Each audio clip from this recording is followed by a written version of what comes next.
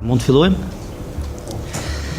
Nderuar zoti Abazi, mirëserdhët në intervistën për kryeprokuror të shtetit. Unë jam Arjan Gashi, kryesuesi i panelit vlerësues për emërimin e kryeprokurorit të shtetit. Në anën time të djathtë kam kolegun Visar Krasniqi, që është antar jo prokuror i panelit vlerësues, ndërsa në anën time të majt kam zonjën Elza Bajrami Kastrati, që është po ashtu antare panelit nga radhët e prokurorëve. Ju me emailin e datës 24 qershor 2026, konform rregullores numër 07/2024, për emërimin e kryeprokurorit të shtetit dhe kryeprokurorëve të prokurorive të Republikës së Kosovës, jeni njoftuar për përbërjen e komisionit dhe po ashtu për mundësinë e paraqitjes së kundërshtimit rreth kësaj përbërje.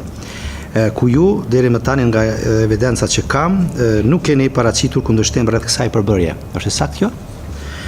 Ju njoftojmë se intervista juaj do të monitorohet edhe nga përfaqësues që kemi këtu, duke filluar nga ata të EULEX, zyrës së BE-s, pastaj OSBE-s, shoqërisë civile, përfaqësues të tjerë, gazetar, po ashtu përfaqësues nga administrata që na mbështesin për punën tonë. Nderuar zoti Abazi, ju njoftojmë po ashtu se intervista do të regjistrohet me video dhe audio ngjizim, e cila pas këtij procesi do të publikohet. Si dhe kjo intervistë do të gjatë nga 45 minuta deri në 60. Gjithashtu, para vetes keni edhe një fletë të zbrazët dhe një laps nëse ju duhet për me mbajtë shënime. Nëse ju duhet fleta shtesë, do t'ju japim fleta shtesë. Ndihuni qetë gjatë gjithë intervistës, nëse nuk e kuptoni pyetjen që unë ju parashtroj apo antarët e panelit, mund të kërkoni që ne ta përsërisim atë. Mund të bëni edhe koncept, për është e drejtë juaja, po gjithmonë keni parasysh kohën, sepse duket që janë shumë 60 minuta, po ja që ecin shpejt. Gjithë antarët e panelit vlerësues do t'ju drejtojnë pyetje e bazuar në kriteret e përgjithshme të punëtimit, duke filluar nga koncept dokumenti dhe prezantimi i tij, integriteti, aftësitë udhëhecëse dhe menaxheriale, si dhe njëritë profesionale dhe teknike, dhe eventualisht pyetje shtesë varësisht nga përgjigjet që ju jepni. Andaj lutem këtu edhe antarët e panelit vlerësues që pyetjet të cilat i parashtrojnë në raport me ju të jenë konkrete, ndërsa përgjigjet e juaja po ashtu të jepni që ju do të jepni të jenë të qarta. Nga secili kriter, paneli do të parashtroj 3 pyetje, ju njoftoj. Nga kriteri i koncept dokumentit dhe prezantimit të secili antar i panelit do të parashtroj nga një pyetje, që në total janë 3, kurse për kategorinë e integritetit 3 pyetje paraqiten nga antari Visar Krasniqi. Nga kriteri aftësive udhëhecëse dhe menaxheriale unë do t'i parashtroj 3 pyetje, dhe në fund nga kriteri njërive profesionale dhe teknike, kolegja Elza Bajrami do t'i parashtroj 3 pyetje. Nëse jeni gatshëm, mund fillojmë. Atëherë po shkojmë me pyetjen e parë. A mund të prezantoni veten tuaj dhe ta paraqitni motivin tuaj për të aplikuar në pozitën e kryeprokurorit të shtetit? Unë e mbyll. Faleminderit, nderuar kryesuesi i panelit, nderuar antarë të panelit, përfaqësues të mediave, monitorues të ndorë ndërkombëtar të shoqërisë civile. Unë jam Naim Abazi, jam aktualisht prokuror në prokurorinë speciale. Punën time ose karrierën time fillestare kam filluar që nga viti 2004, kur kam diplomuar dhe fillimet e para në karrierë kam nis që në kohën kur isha praktikant në zyrën e avokatit në Mitrovic, pastaj edhe në gjykatën e Qarkut, pjesërisht për shkak se Abaceli në atë kohë kishte një projekt i cili ndonte në 6 muaj në avokati dhe në 6 muaj në gjykat. Pastaj karriera ime ka filluar në institucione të ndryshme, me pas në programi për të drejtat civile, Civil Right Program, në Federatën Shëndetësisë së Kosovës, në Ministrinë e Drejtësisë, në Këshillin e Pavarur BYK-s, pastaj në Kuvendin e Kosovës për 2 vite, ndërsa karrierën time para se më bë prokuror e kam pas në institucionin e pavarur në atë kohë, Këshilli i Pavarur BYK-s për shërbimin civil të Kosovës, ku kam qenë kohë antar i Këshillit dhe kryetari të institucioni. Në 2014 jam emëruar si prokuror në departamentin e përgjithshëm në prokurorinë themelore në Prishtinë. Pastaj kam kaluar një kohë në departamentin për krime të rënda, ndërsa që nga viti 2018 e ushtroj si stazh detyrën e prokurorit special në prokurorinë speciale, ku jam edhe aktualisht. Motivet e mia mendoj që janë të qarta në raport me ato se çfarë ka sjell përvoja ime për këto vite. Besoj se sistemi prokurorial ndërkohë është testuar mjaftueshëm, për të cilin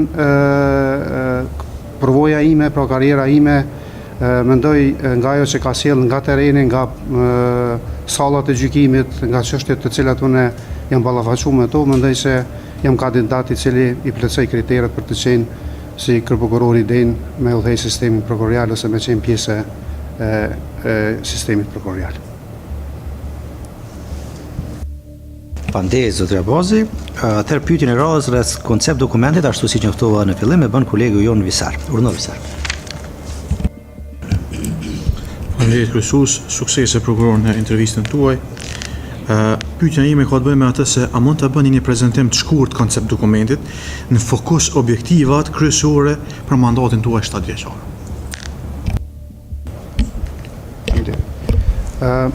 Ashtu siç i kam përmendur, janë disa çështje të cilat unë i kam kushtuar rëndësi në çështjet e menaxhimit ose në rast se do të bëhem kryeprokuror i shtetit. Rand par sfida kryesore me cilën unë kam ballafaqsuar është çështja e menaxhimit të lëndëve. Në bazë të raportit të kryeprokurorit të shtetit shihet që prokurorit ose prokurorët ballafaqohen me një numër të madh të lëndëve, të cilat parafërsisht nëse ndajmë ose nxjerrëm një mesatarët e tyre, shohim që ka prokuror që është i ngarkuar me 500 lëndë. Kjo domethënë është shqetësuese për faktin se nuk mjafton, apo nuk është e mjaftueshme që të rekrutohen prokurorë të ri për të zvogëluar numrin e këtyre lëndëve, por mendoj se duhet të ketë një menaxhim efikas dhe cilësor në raport me ndarjen e këtyre lëndëve. Ideja në raport me këto është që të zbatojmë në tërësi sistemin elektronik e ndarjeve të lëndëve, ku e dini që për sa vite ka pas një ngecje në zbatim të këtij sistemi, për çka domethënë është shumë e rëndësishme që ky sistem është ndërtuar mbi bazën e ndarjes së këtyre lëndëve në bazë të parimit të meritës, ku asnjë prokuror nuk mund të ankohet për ndarje të cilat ata kishin lëndë më shumë ose më pak në prokurori të ndryshme. Por që kjo në kohën e fundit ka një vullnet që të zbatohet ndoshta në gjitha prokurorit, por ka pas një ngecje dhe ka një sfidë goxha të madhe në raport me ndarjen e tyre. Çështja tjetër me rëndësi, për cilën unë mendoj që duhet të fokusohemi është edhe ngritja e cilësisë së aktakuzave dhe hetimeve, sidomos të vepra penale që lidhen me korrupsionin, vepra penale me krimin organizuar dhe vepra penale të tjera të rënda, të cilat kryesisht janë pothuajse në prokurorisë speciale, po edhe në kompetencë të departamentit për krimeve të rënda. Meqense kryesuesi i Këshillit Prokurorial është edhe pjesë ka qenë edhe prokuror në prokurorinë e apelit, disa herë ka kthy këto lëndë në rivendosje për shkak pikërisht cilësisë së tyre në raport me hetimet. Pse kjo ka ndodhur, domethënë ka ndodhur sepse mendoj që në disa raste prokurorët kanë nevojë të kenë specializime të veçanta në fusha të caktuara. Çështja tjetër është me rëndësi që në situatat e tilla asnjëherë nuk është bërë mjaftueshëm për të marrë ato që është e rëndësishme, sekuestrimin ose konfiskimin e pasurisë e cila është përfituar me vepër penale.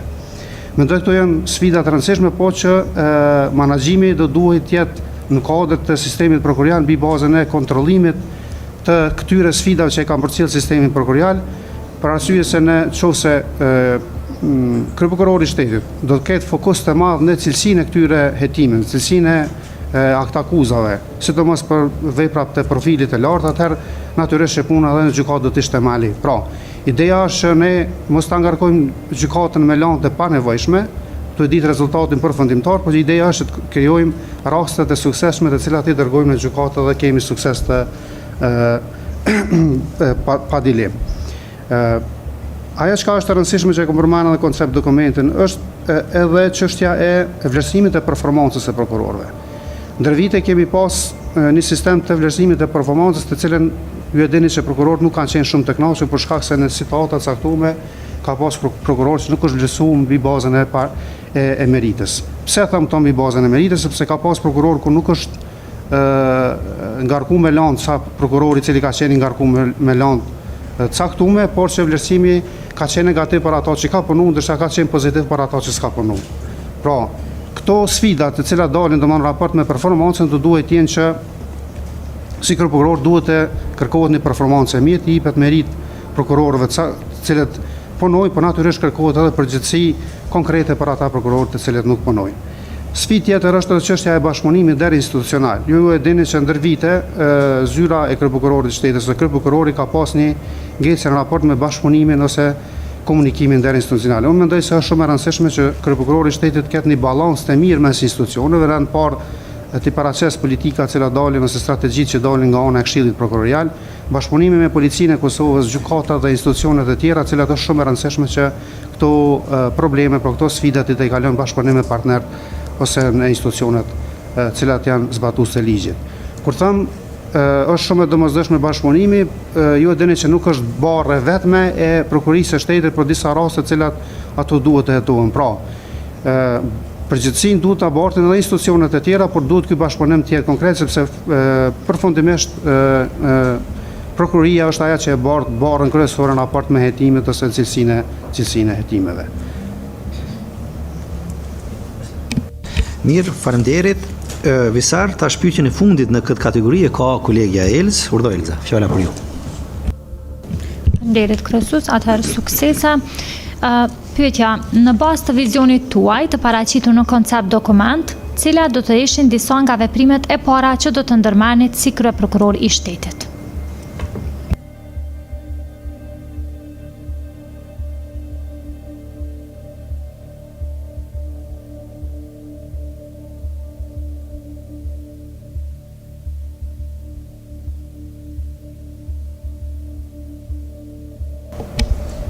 Mendoj se sfida cilat ballafaqohet aktualisht sistemi prokurorial ka shumë prioritete që duhet të paraqes para vetes kryeprokurori. Megjithatë, një ndër prioritetet kryesore thash që është kryeprokurori duhet të paraqes cilësinë dhe performancën si diçka që është e domosdoshme në sistemin prokurorial.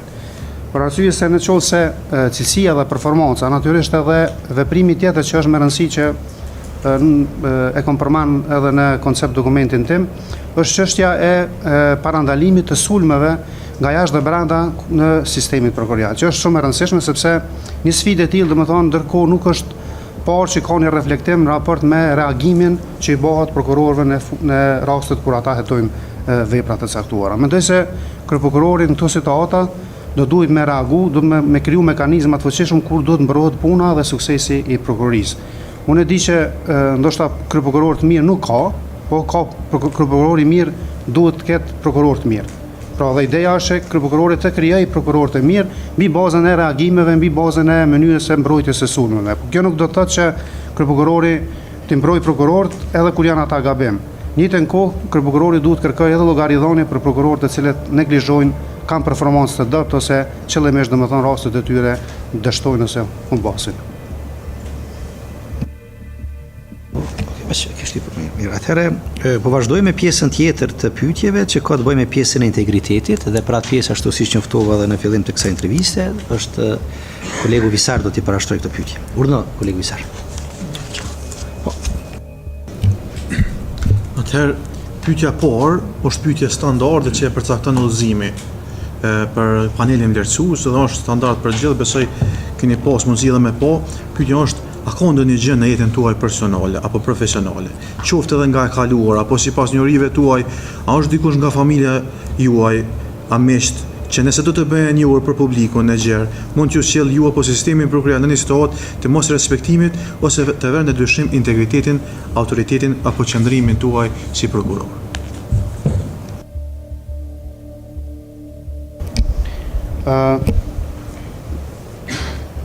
Ju e thatë është e zakonshme të bëhet kjo pyetje, por që është e zakonshme edhe secilit kandidat ndoshta mund të më thonë që nuk ka, realisht nuk ka për shkak se për vitet e tëra jam munduar që integritetin personal dhe profesional dhe mbi gjithë ato institucional të ruaj për atë kohë sa kam punuar në ose punoj si prokuror.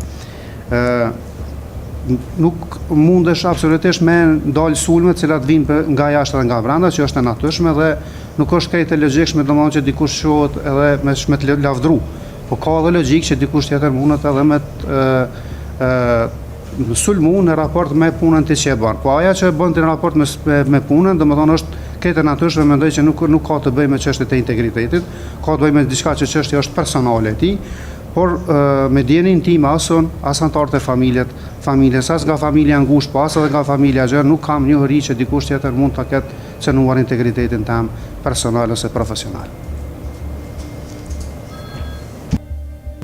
Faleminderit shumë. Pyetja e dytë, cilat i konsideroni rreziqet kryesore që cënojnë integritetin e sistemit prokurorial në Kosovë? Dhe cilat sipas jush janë dobësitë aktuale të mekanizmave për parandalimin e kësaj çështje dhe adresimin e tyre. Pra i ki 3 pika kryesore: identifikimin, rreziqet që cënojnë, e ki mekanizmat aktual dhe adresimi i tyre.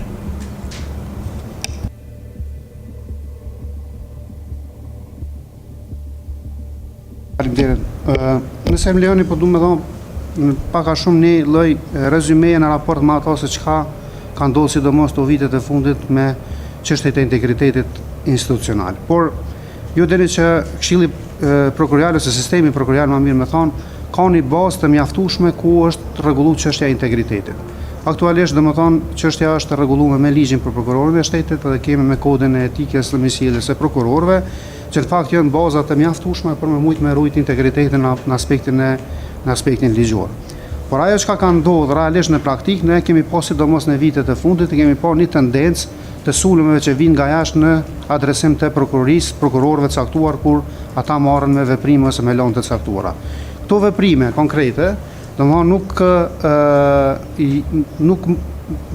ka pas mundësi që të parandalohen, megjithatë është bërë përpjekje mjaftueshme që përmes deklaratave dhe përmes komunikimeve që të demantohen ose të parandalohen. Megjithatë, çështja paraqitet shqetësuese, që është sfiduese dhe do duhet ndoshta sistemi prokurorial që të merret konkretisht me këto raste, kur kemi të bëjmë që këto konstatime si shqetësim i paraqisin në raportet vendore dhe ndërkombëtare.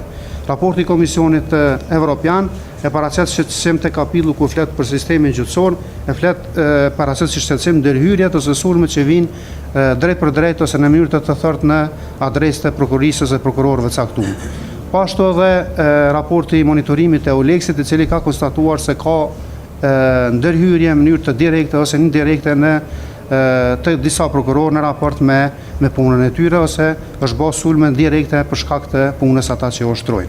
Gjithashtu edhe raportet vendore të organizata cilat e monitorojnë se zbatojnë zbatimin e ligjit në Kosovë, siç janë koalicioni i organizatave qeveritare në Kosovë, një gjë të tillë ka konstatuar, dhe po ashtu edhe GLPC-ja në raportin e saj IK2 kanë konstatuar një gjë të tillë, se perceptimi i publikut në raport me integritetin e institucionit ose prokurorëve, domethënë është i zbet. Pra është i zbet sepse ende disa qytetarë mendojnë se ndikimet për vendimarrjen në sistemin prokurorial janë të pamundshme pa pas ndikime politike ose ndikime të tjera. Megjithatë, reagimet kanë qenë në forma të ndryshme. Ju e dini që për sa vite nuk kemi pas kryeprokuror, dhe kjo pozitë është bazë të ushtruesit detyrës së kryeprokurorit, dhe gjithashtu ju e dini reformat që e përcjellin Këshillin Prokurorial të Kosovës nuk ka pas domethënë një qartësi në raport me mbrojtjen ose një qëndrim konkret në raport me mbrojtjen e institucionit. Shoqata e prokurorëve të Kosovës ka bërë përpjekje aq sa ka pas mundësi, bazë kapacitete për me bërë reagime të tilla, dhe në raportin e vet e ka konstatuar një gjë të tillë. Megjithatë, unë në këto raporte nuk i shoh që janë shqetësuese ose të adresuar në drejtim të institucionit ose individit, por që duhet të merren seriozisht si shqetësime, sepse integriteti ose cenimi i pavarësisë së prokurorëve ose institucionit është baza kur ato humbet dhe pavarësia. Pra në rast se hu pavarësia, nuk kemi domethënë as vendimarrje të drejtë dhe nuk kemi domethënë as besim në publik. Ideja është domethënë të krijojmë të kthejmë besimin e publik. Besimin e publik kthehet kur ti krijon mekanizma të qartë të kontrollimit, performancës në rand parë, ashtu siç e kam thënë, e dyta të mekanizma të cilën qytetarët duhet të informohen me kohë në raport me rastet të cilat mediat ose shoqëria civile japin fokus të veçantë në situatë të caktuar. Shpesh herë nga një herë unë konsideroj se sistemi prokurorial e humb debatin me qytetarin ose me publikun për shkak të mungesës së informacionit. Pse them këto? Sepse në situata të caktuara ne nuk kemi pas mundësi domethënë të dalim të sqarojmë qartë ose konkret se si është çështja e një hetimi ose një rasti caktuar që zhvillohet në një prokurori të caktuar. Përderisa nuk ka sqarim të qartë ose mungesë të informacionit për publikun, natyrisht që perceptimi ndrohet, dhe mendoj që këto mekanizma duhet të forcohen mekanizmat e komunikimit derinstitucional me qëllim që të adresohen edhe kthehet besimin e publik. Faleminderit, edhe pyetja e fundit nga kjo kategori, nga provuja juaj, çfarë mendoni ku qëndron dallimi ndërmjet respektimit formal të ligjit dhe veprimit në përputhje me standardet e integritetit prokurorial. Tash, mundësisht nga kjo pjesë edhe një shembull praktik më nava.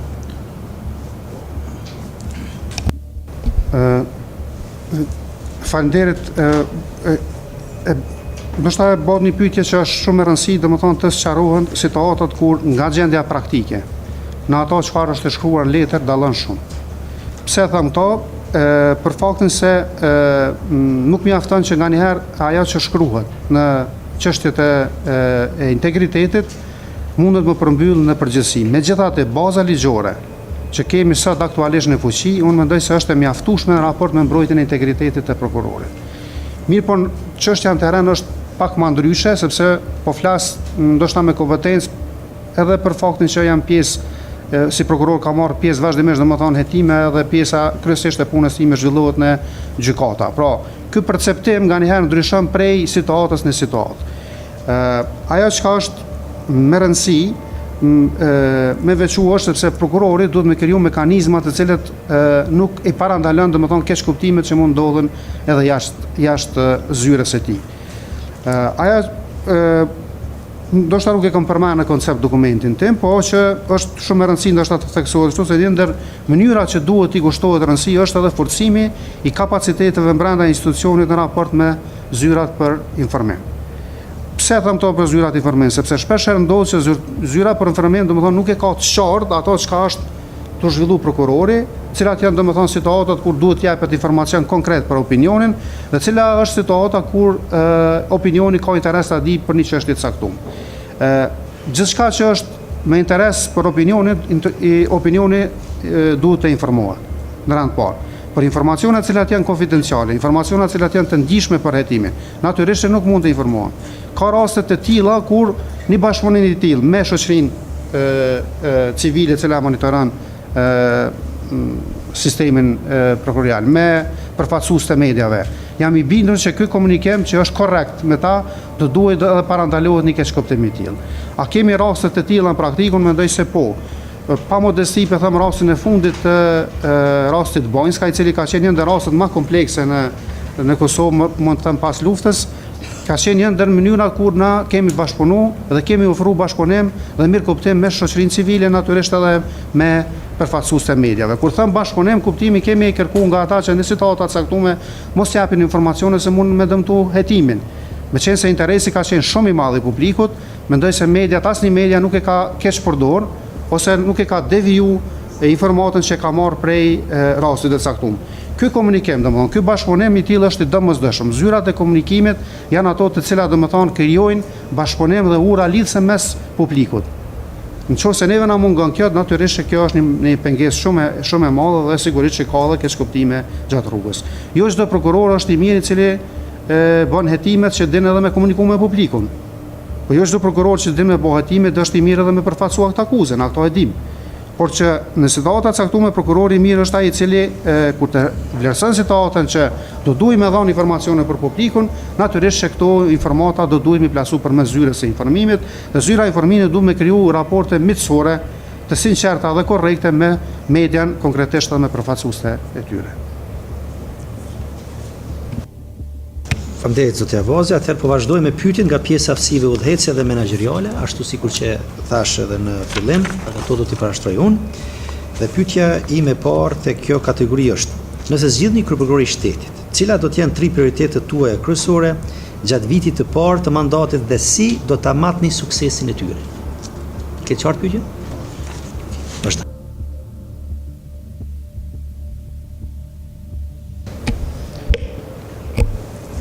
Pjesa kryesore ndoshta ku do duhet të japim fokusim është çështja e vlerësimit të performancës ose ndarja në mënyrë korrekte e landëve në sistemin prokurorial.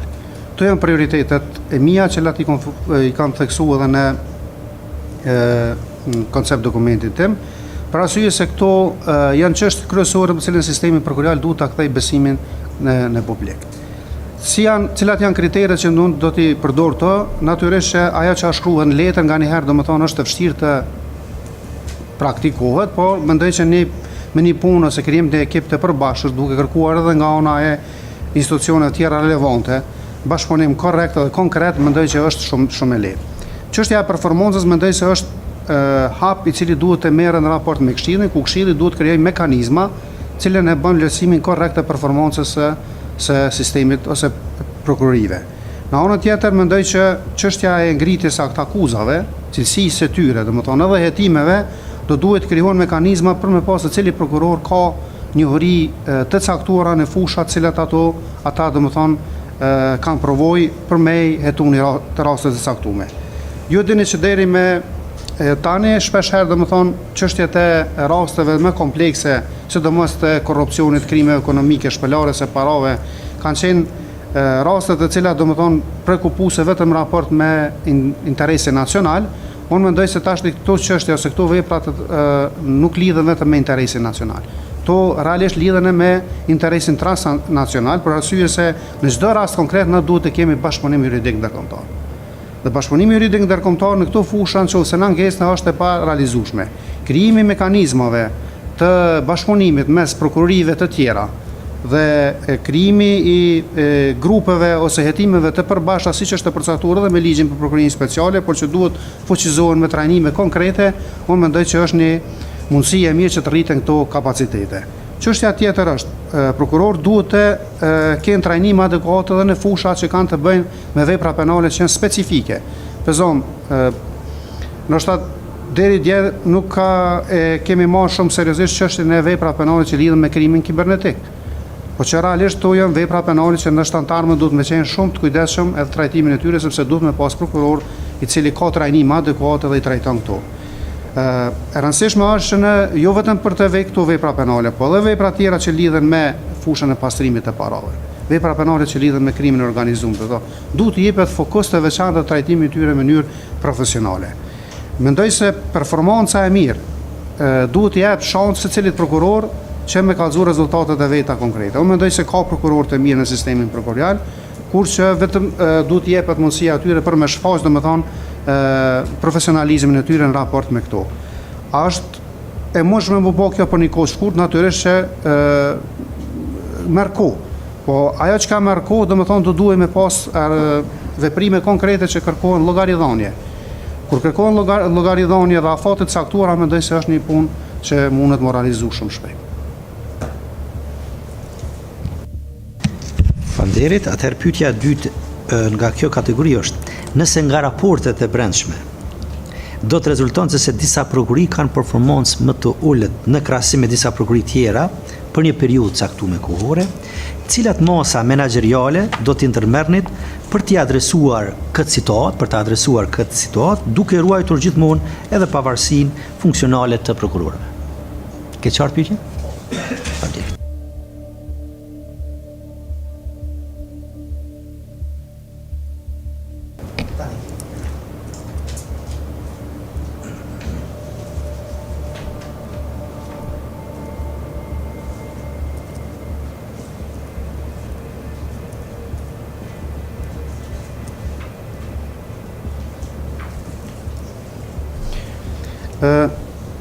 Faleminderit. Mendoj se kjo ndoshta është edhe çështja kryesore kur sistemi prokurorial duhet të çaset pikërisht situata kur në një prokurori caktuar ka lëndë pak, në një prokurori tjetër ka lëndë më shumë, në një departament të përgjithshëm që është i ngjashëm me departamentin e përgjithshëm në një prokurori tjetër ka lëndë që zgjidhen shumë më lehtë, në një prokurori tjetër ka mungesë të zgjedhjes së këtyre lëndëve. Unë mendoj se duhet fokusohemi te çështjet e procedurave alternative që përdorin vetë prokuroritë. E para dhe e dyta, mendoj se duhet bëhet vlerësim korrekt i zgjedhjes së këtyre situatave, se si një prokurori pas ka mundësi që të zgjidh lëndë më komplekse, ndoshta ose lëndë të cilat domethënë një prokurori tjetër me vite pritet derisa marrin rezultatin përfundimtar qytetar. Unë mendoj se kjo mundësi jep shansën të ardhmen edhe avancimit të prokurorëve ose transferimit të tyre në një prokurori tjetër ku ju e dini që kemi vazhdimisht kërkesa prej prokurorëve që transferohen nga një prokurori në prokurorinë tjetër. Avancimi duhet bëhet mbi bazën e vlerësimit të performancës. Asesi domethënë bëhet vlerësimi ose transferimi në një prokurori për shkak se ata domethënë ju bjen më mirë për shkak të pagës që kanë pa disa herë kërkesa që i kanë parashtruar. Unë mendoj se kjo nuk duhet me qenë kriter bazë, po kriteri bazë duhet me qenë provoja, profesionalizmi i tyre dhe mënyra se si janë zgjidhur ato. Ka situata kur prokurorët nuk kanë njohuri të caktuar në fushat të cilat zgjidhen lëndë me procedura alternative. Dhe kjo duhet me thonë fokus të veçantë atyre lëndëve në ato prokurori ku duhet jepet prioritet zgjedhja e tyre. Pastaj fillimisht duhet bëhet analizë, pa një analizë konkrete se si është situata reale, domethënë në secilin prokurori është vështirë me ardhur në një konstatim. Megjithatë kjo është një mundësi shumë e mirë kur raportet që duhet të nxirren nga ana e kryeprokurorëve për mënyrën e zgjedhjes së lëndëve, për mënyrën e trajtimit të tyre, pranimit të tyre lëndëve, unë mendoj që duhet me ardhur një konstatim përfundimtar që duhet me bëni një strategji si kryeprokuror për me mujt me zgjidhë situata të tilla. Faleminderit. Dhe pyetja tretë e radhës dhe e fundit nga kjo kategori që ka të bëjë me kategorinë aftësive udhëheqëse dhe menaxheriale është kjo. Nëse gjatë mandatit tuaj ndodh një rast me interes të lartë publik që shoqërohet me kritika ndaj sistemit prokurorial dhe humbje të besimit të publikut, si do ta udhëheqni institucionin në atë situatë dhe cilat do të ishin veprimet tuaja të para që do t'i ndërmerrni? Ke qartë pyetjen?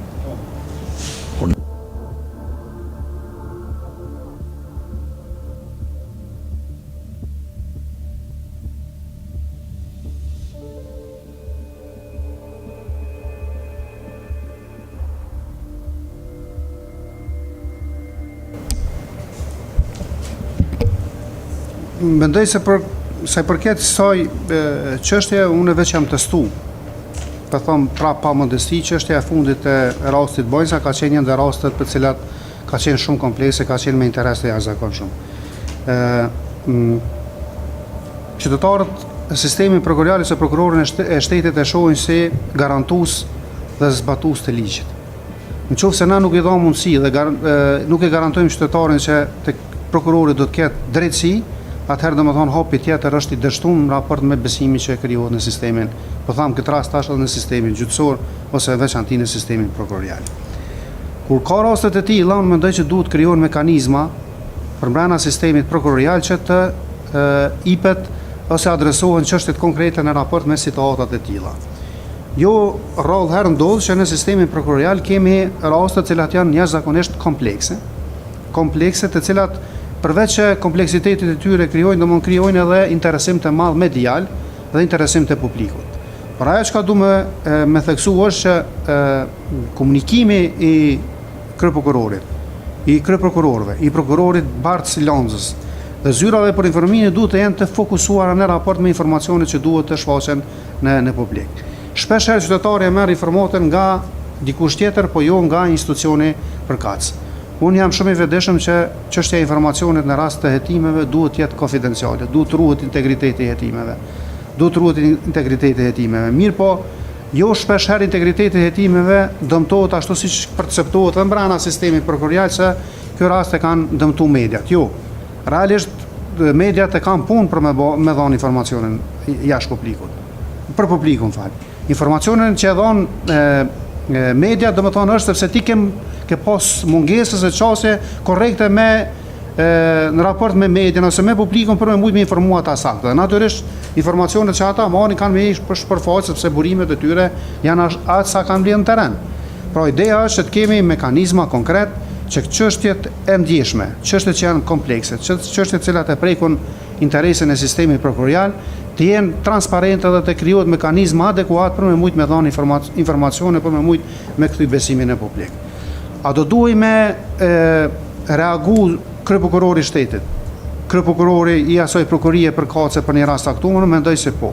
Do duhet në çdo situatë kur duhet me dhënë informacione korrekte, konkrete për një rast aktuar, po natyrisht nuk do duhet domethënë me shmangë edhe çështjen e komunikimit nderinstitucional, siç e thash më herët, që kryeprokurori duhet të ketë bashkëpunim korrekt edhe me policinë e Kosovës. Pra, një rast i caktuar nuk varet vetëm nga situata që krijohet tek sistemi prokurorial, po varet edhe në fazën e hetimit që është bartës edhe agjencitë të tjera të zbatimit ligjit.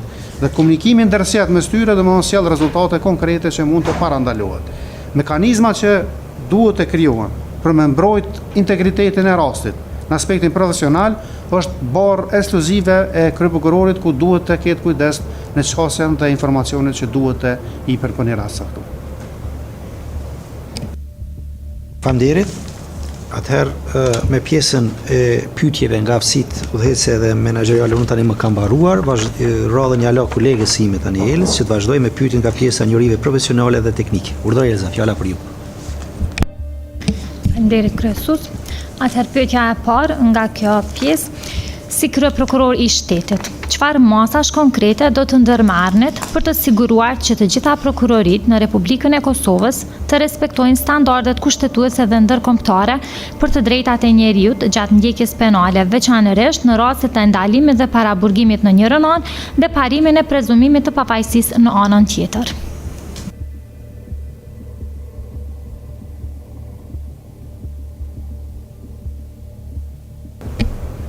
Nuk e kam qarë për a thonë, do më thonë njën të sfidat nështë s'po thamë me sistemit prokurorial, po është sistemit gjyqësor, është çështja ku raportet ndërkombëtare dhe vendore kanë paraqitur në raport me masat fillestare gjatë fazës së hetimit, siç janë masa e paraburgimit, që është një ndër masat më të rënda sot që përdoret në sistemin prokurorial. A ka mundësi që prokuria ose kryeprokurorët ose prokurorët e caktuar që të përdorin masat alternative në raport me këto? Unë mendoj se po. Mendoj se ka raste, por duhet të vlerësohet situata sepse asnjë rast nuk është i ngjashëm. Por situatat konkrete do ndallojnë, domethënë prej një rasti në rastin tjetër.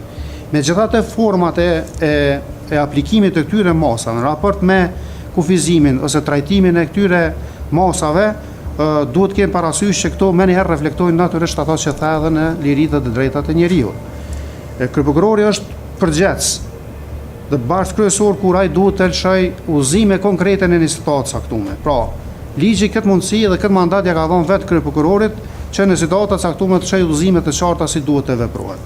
Mos përcjellja e standardeve që përcjell gjykata dhe mos aplikimi i këtyre standardeve natyrisht e bën një rutinë që nuk mund të thonë që është rutinë shumë e keqe e prokurorëve që mund të aplikojnë masa pa standard ose pa kriter në raport me të pandehurit në procedurë. Unë mendoj se vlerësimi korrekt i tyre të marrë parasysh edhe natyrën emergjente që bëhet, do duhet jetë edhe prej mekanizmave të brendshëm të sistemit. Ka situata kur për një vepër penale, pëzom ta marrëm shembull të dhunën familje, nuk përdore standard i njëjtë. Atë sa keni dëgjuar edhe ju, kam pas rast me pa domethënë që propozimi për të dhunën familje është bë kur është kërku arrest shtëpiak. Kjo domethënë është absurde. Ky nuk është standard i mirë, sepse të dhuna pikërisht familje ka ndodhur prej vendit ku ai ka kërku masën e arrestit shtëpiak. Çështja e adresimit të këtyre sfidave, çështja e problemeve që lidhen pikërisht me liritë dhe drejtat e njerëzit, unë mendoj që është sfiduese për neve, po megjithatë nuk mund të thonë që Kosova nuk e ka një standard, nuk e ka krijuar një standard të mirë. Ky bashkëpunim, krijimi këtyre mekanizmave nuk bëhet vetëm nga ana e prokurisë, po duhet krijuar bashkëpunime të qarta edhe me mekanizmat për brenda policisë. Kur them për brenda policisë, kemi situata kur duhet të aplikohet edhe çështja e masave të tjera, lajmërimi stacionit policor dhe format e tjera që cilat nuk janë kosto për buxhetin e Kosovës, nuk ndikojnë drejt për drejt në qytetarin, nëse veprimet e prokurorit fillestar janë të gabueshme dhe gjithashtu puna e gjykatës do të jetë shumë e lehtë në raport me çështjen e paraburgimit. Tash standardi që përdoret për disa vepra penale me kërku më njëherë paraburgimin, unë mendoj se është i rënë, pa analizu, pa pas një strategji të qartë të prokurisë për cilat vepra duhet saktësisht të kërkohet në rast të paraburgimit. Unë e di që na po ballafaqohemi me sfida të ndryshme në sistemin prokurorial, kemi raste të ndryshme, të ndjeshme, të cilat përcillen çdo ditë, raste të drogave, raste të trafikimit qene njerëzore të tëna. Por nuk janë të gjitha rastet të ngjashme. Pra duhet me bë një dallim të tillë. Pra këto veprime mendoj se kryeprokurori do duhet t'i adresojë më njëherë dhe duhet të krijojë një strategji të qartë përmes nëse është nevojshme edhe trajnimeve adekuate që disa prokurorëve më i tregu që nuk është vetëm një ramas që duhet zbatohet në kodin procedurës penale, po kodi procedurës penale ka dhe masat e tjera të cilat janë adekuate për zbatim.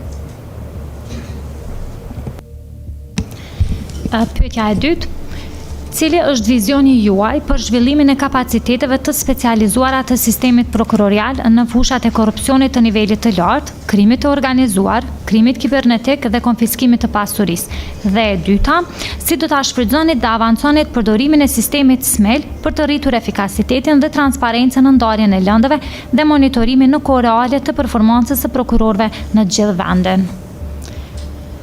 Është e qartë pyetja?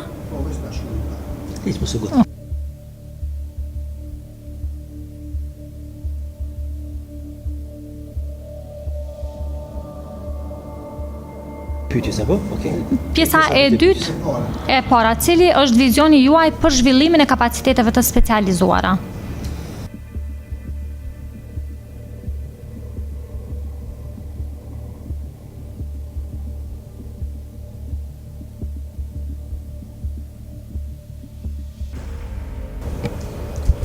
Me që unë jam edhe pjesë e Akademisë Kosovës për drejtësi, jam pjesë e Akademisë Policore Kosovës, ku jam trajner i licencum në këtë akademi. Unë mendoj se disa trajnime të cilat duhet të zhvillojmë, ne si institucione nuk kemi kapacitetet mjaftueshme që të ofrojnë ato trajnime. Cilat janë ato? Unë mendoj se trajnimet që duhet të jipen në fushën konkrete, adekuate në raport me ngritjen e kapaciteteve të prokurorëve janë pikërisht në fushën e korrupsionit. Pra, ju e dini që ne nuk kemi një praktikë shumë të qartë në raport me luftimin e këtyre veprave, përveç se Kosova ka një praktikë e cila është ndërtuar ndër vite në format e sistemeve të ndryshme. Një kohë, domethënë, ka qenë Uleksi, ai kryesisht i ka pas rastet e profilit të lartë të korrupsionit, pastaj Prokuria Speciale. Mendoj se ne duhet të marrim praktikat e mira të vendeve të cilat kanë kaluar në fazën që po kalojmë na. Kodri këtyre të bashkëpunimeve është e nevojshme që sot prokurorët të kenë bashkëpunim, koordinim dhe njohuri konkrete në raport me çështjet e hetimit së trajtimit të këtyre rasteve të korrupsionit, sidomos të profilit të lartë dhe për veprat e tjera. Pra, trajnimet që cilat zhvillohen sot në Kosovë, mendoj se janë trajnime bazike. Nuk po them që janë të pamjaftueshme, po janë bazike për cilat prokurorët duhet të kenë trajnime në fushën e bashkëpunimit juridik ndërkombëtar, e sidomos çështjet që kanë të bëjnë me rastet të cilat janë të ndjeshme. Mendoj se ky komunikim me Akademinë e Drejtësisë dhe kërkesat që duhet të adresohen në këtë fushë për ngritjen e këtyre kapaciteteve është e domosdoshme. Ajo çka është e rëndësishme për adresimin e këtyre sfidave duhet merren parasysh vlerësimi i raportit përfundimtar i performancës së prokurorëve. Pra, kemi pa në praktikë që ndodh shpesh herë që disa prokurorë shkojnë punon në departamentin e përgjithshëm me një trajnimi për krimet e luftës. Nuk jam kundër mos me një këto trajnime, do duhet secili prokuror me pas një uri të përgjithshme. Megjithatë është shumë e rëndësishme që një prokuror duhet të ketë trajnime për lanë specifike që ata i mbart ato. Nuk ka logjike që departamentet caktuar që merren në fushën ekonomike, krimeve ekonomike, mungojnë këto trajnime ndërsa të merr pjesë një prokuror i cili në karrierën e tij nuk ka pas asnjë rast në këto rast, në këto situata. Mendoj kjo është sfida kryesore që na duhet më adresu. Çështja tjetër me rëndësi që duhet me përmend është, domethënë bashkëpunimi me Akademinë e Drejtësisë është rezultati kryesor ku duhet të adresohen cilat janë kërkesat që prokuria duhet i paraqes në raport me ngritjen e kapaciteteve profesionale për prokuror. Por nuk mjafton një plan program që sot Akademia e Drejtësisë e merr pa fajin është aty institucioni sepse nuk jepet përgjigje konkrete nga ana e institucioneve dhe që të adresohen të trajnime të marr parasysh se kryeprokurori dhe kryeprokurorët kanë për obligim me identifiku cilat janë nevojat adekuate për secilin prokuror ose për secilin trajnim. Sa i përket sistemit të ndarjes në formë elektronike, unë edhe në fillim e thash është një ndër sfidat kryesore që sot sistemi prokurorial është ballafaqur. Ky sistem nuk është krijuar me qëllim që të ketë dilema. Ky sistem është krijuar me qëllim që të largojmë dilemat, sepse ndarja e landëve në mënyrë klasike ose në forma domethënë miqësore të ndarjes së tyre, ky sistem duhet mirëzu. Pra, sistemi elektronik është ai i cili nuk lën ty mundësi që me mujt me ndal landën sipas dëshirës ose sipas departamenteve, por që duhet krijohet mekanizëm që ky sistem elektronik i ndarjes të landës përveç ndarjes elektronike të ketë edhe mekanizmin e vlerësimit të performancës. Si vlerësimin e performancës? Për shembull, duhet përcaktohen cilat janë kriteret e qarta mbi bazën e poentimit të një lande, sepse nuk është e logjikshme që një prokuror, për zonë të marrë prej nga prokuria prej nga vion, të ngarkohet me një lande cila ndoshta i ka 50 ose 40 të pandehur në fazën e hetimit, tjetë e barabartë me një lande cila e ka vetëm një të pandehur në procedurë ose nuk ka fare kërkesa për sekuestrim ose konfiskim. Pra, pesha duhet të balancohet në sistemin elektronik të ndarjeve të landëve. Qysh bëhet kjo, mendoj se çështja është e adresuar sakt edhe në rregullore, mirë po kjo duhet të jepet mundësi që të funksionojë mjaftueshëm në raport me ndarjen e këtyre landëve. Vlerësimi më korrekt dështantarëve që do duhet mi bë dikuj në punë është pikërisht mbi bazën e përdorimit të këtij sistemi. Nuk mjafton që të bëhet vlerësimi i shkresave të landës ose i punës së prokurorit në zyre, pa e ditë domethënë sa ka njohuri dhe kapacitet ky prokuror me përdor këtë sistem. Na kemi informacione në bazë të raportit asaj çka e kam lexuar, edhe në bazë të asaj çka unë bezom jam pjesë e këtyre institucioneve, që ka prokuror që ende nuk e ka hapur ende smilin. Kjo është shqetësuese. Kjo do të thonë shqetësuese sepse për aq sa vite dashë ky sistem, ndoshta që kemi ndërtuar të tëna të ketë edhe update-a të reja të krijimit, domethënë si kanë edhe vendet e tjera. Pra, ne ende po ballafaqohemi me probleme teknike. Dhe këto probleme teknike nuk janë domethënë në rregull që ne të merremi përderisa duhet me kriju mekanizma të fuqishëm të mbikëqyrjes së zbatimit të këtij sistemi. Që mendoj se është baza kryesore për një transparencë dhe një llogaridhënie dhe një vlerësim pozitiv për prokurorët nëse zbatohet sistemi elektronik i ndarjes së landëve.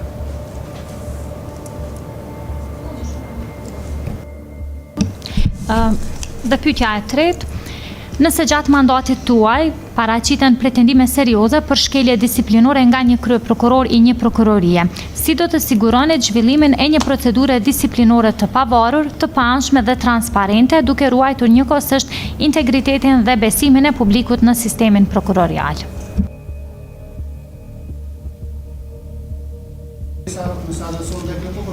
Po, nëse gjatë mandatit tuaj paraqiten pretendime serioze për shkelje disiplinore ndaj një kryeprokurorit të një prokurorie.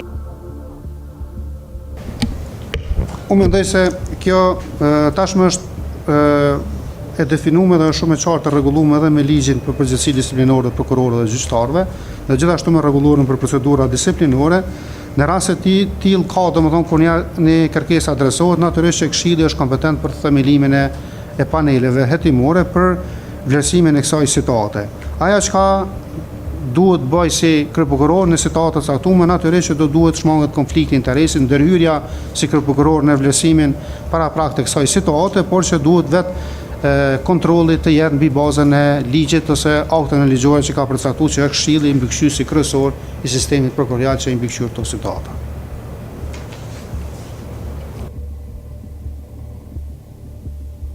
Faleminderit, sepse Avozi nga dal po i ofromi fundit. A keni diçka tjetër për të shtu përveç atyre që i cituat dhe që ne ju pyetëm?